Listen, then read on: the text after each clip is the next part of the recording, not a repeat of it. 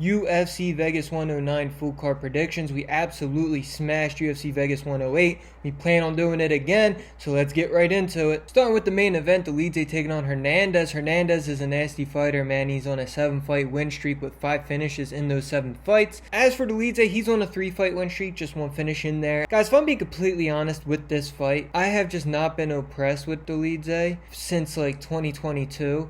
Even on this 3-fight win streak, it's just kind of like, okay, you beat Anthony Smith. Marvin Vettori hasn't looked himself recently. I just haven't been impressed. I really haven't. He lost 2 in a row, and even in his wins, he just hasn't looked that good. As to where Anthony Hernandez, he's been looking like a killer, man. He's dominating his performances. I will say this, though, Deiveson, one of the best durable guys in the UFC. Never been finished, never KO'd or submitted. Anthony Hernandez, I think he's been KO'd once, submitted once, so he's been finished twice in his career, but I mean, he has 16 fights, so that's not a bad ratio right there. Hernandez has way more ways to win this fight. I think he is the better grappler and maybe a little bit striker. I think Deiveson probably has a little bit more power in his hands. I just haven't been impressed. I think this is a crazy difference in skill level, if I'm being honest, and the odds show it. Hernandez right now at minus 350. Deiveson is a tough nut to crack, though. He's going to stay in the fight. If he's getting his butt beat for 15 minutes, so be it. He's not going to quit. So give me Anthony Hernandez by decision in this one. Next fight, co-main event, Ursg taking on Osborne. Osborne's taking this fight on like 2 weeks notice. I don't even think the odds are out for this fight yet. If they are, ESPN doesn't have it on there yet. This is a huge step up in competition for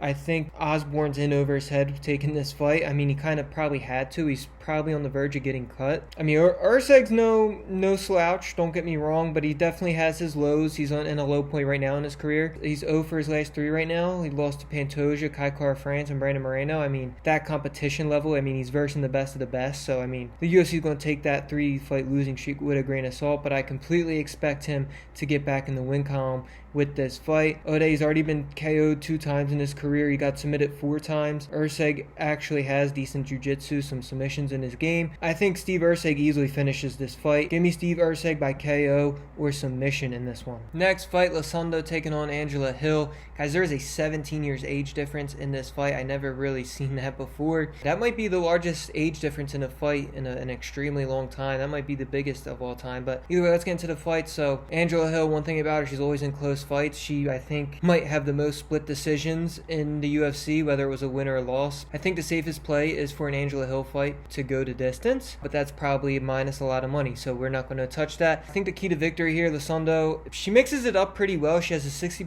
takedown accuracy, but I do think Hill is a lot better on the feet. Lando, she averages just over 2 takedowns per fight. She can get this fight on the ground, that's her way to win, but Hill has a 75% takedown defense. She's not fighting slouches either. I think I'd like Angela Hill in this one, but the issue with Angela Hill is I don't know how much she's still putting into the fight game. I think she can retire after this fight. It wouldn't surprise anyone at 40 years old, but she looks great. She looks like she deserves to be in there. Whether it's a win or a loss, she just puts on good performances. So she's hard to read, right? I don't really like taking the older fighters, especially 40 years old, because I don't know how much they're putting into the fight game. But with Angela Hill, I can't tell if she is about to retire or she's not. I think women's MMA at this level, I think it's worth a sprinkle on the underdog. So I'm going to take Hill by decision in this one.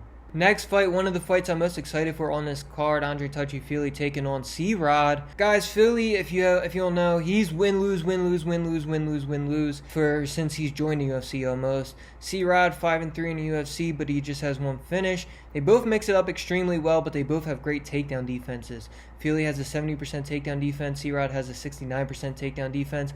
I think Crod is the better fighter, though. Odds indicate that as well, minus 255, but not by a lot. I think the odds minus 255 is kind of steep. I wouldn't pay that for Crod against Philly. I do think he has the better striking. There isn't also an 8 years age difference. Crod 27 in his prime. Philly towards the end of his career at 35 years old. So Crod doesn't get finished that much. Philly, he's been known to be a little chinny. He gets caught in submission sometimes. He's not the highest IQ fighter there is in the UFC. We've seen that in the past. I mean, he can get finished, but for the amount of fights he has, he really doesn't get finished at a high rate, and especially at this weight class at 145. I think this one goes the distance. I think the safest play is for this fight to go to distance. I haven't looked at the odds yet. Considering it's an Andre Fili fight, that play might not be the worst for odds, but I do like Fili and Rodriguez to go to distance. If I had to choose a winner, I'm going to go Crod by decision. Next fight, John's taking on Matsumoto, guys. I was surprised by these odds. I expected John to be the underdog, but more towards 180-ish, not plus 260. That is a lot. And this might be the value play of the card if the weigh-ins go our way. But let's get into the fight. All right, Matsumoto, an absolute savage, 2-1 UFC. His only losses to another savage.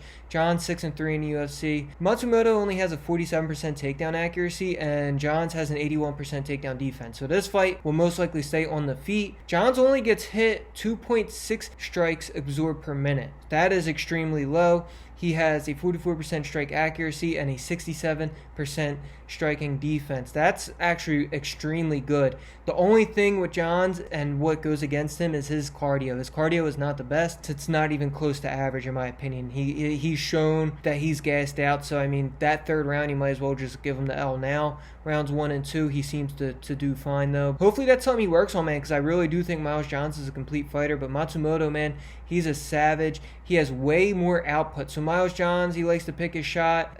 Not Matsumoto, man. He goes in. He doesn't have the best accuracy, but he lands a lot. He's way less technical, but, man, he brawls.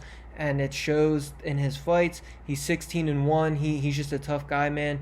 I do kind of like this fight to go to distance. Both are very durable. Matsumoto never been finished. Johns, he got KO'd once and he got submitted once. And I just don't think Matsumoto, he's definitely not going to KO him. I think Johns doesn't get hit enough.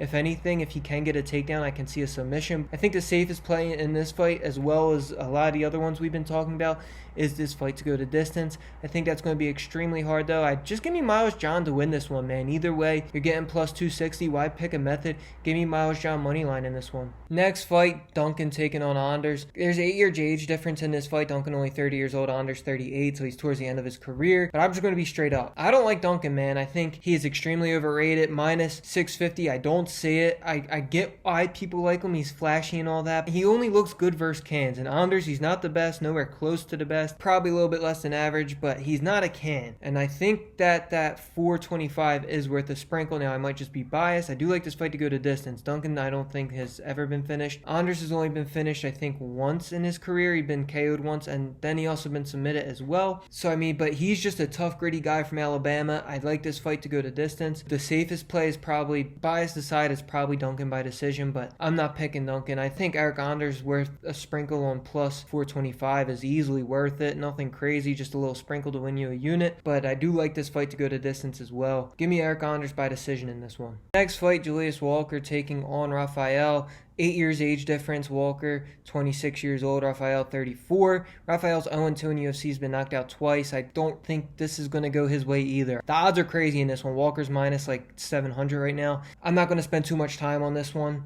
Walker's probably going to get a finish, most likely a KO. I can see a submission as well. Depending on the odds, I like Walker by KO or submission on the double chance, but if I have to pick just one, I like Walker KO better than submission. Either way, I think this fight is going to be over pretty quickly. I don't think Raphael stands a chance. Walker, younger, way more athletic, faster. So give me Walker by finish in this one.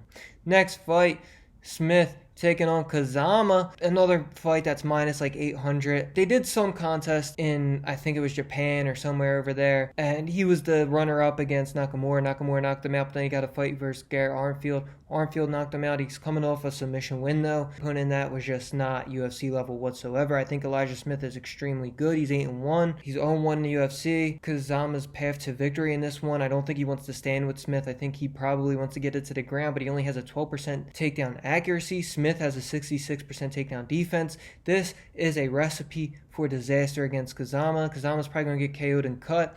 Give me Smith by KO in this one. Edwards taking on Priscilla in this one. Edwards is 7 years younger. They're both 3-2 in their last 5. I do think Edwards has more way to win this fight, but Priscilla, man, she has 8 KOs out of 13 wins. That's not common in women's MMA, so she is holding real power in her hands. Edwards, though, she's also a finisher. She has 6 KOs and 4 submissions, so 10 finishes total in 15 wins. These girls are killers, man. These girls have something that's not common in MMA, and that's a lot of finishes. And I think a safe play in this fight is this fight to not go to distance. Now, they might just respect each other that much and back off, but I like Edwards by submission in this one, if I'm being completely honest. Priscilla, even though she's Brazilian, doesn't have the best jiu-jitsu, so her submission record is 0-4. She's been submitted 4 times. Edwards has 4 subs to her victory list. I like her to get another one this Saturday. Give me Edwards by submission. Next fight, Medic taking on your Brana. Guys, if you're looking for a parlay piece, spoiler alert, it's Medic, minus like 390 right now on FanDuel. That price is probably going to skyrocket. Your Brana taking this fight. Well, I think this is just a last-minute fight getting put together to fill a card up. I think there's levels to this. Medic has a certain level he's not going to beat, but he also has a certain level he's not going to lose to. And to put it simple and short, your Brana is not on the level that he is going to lose to. I think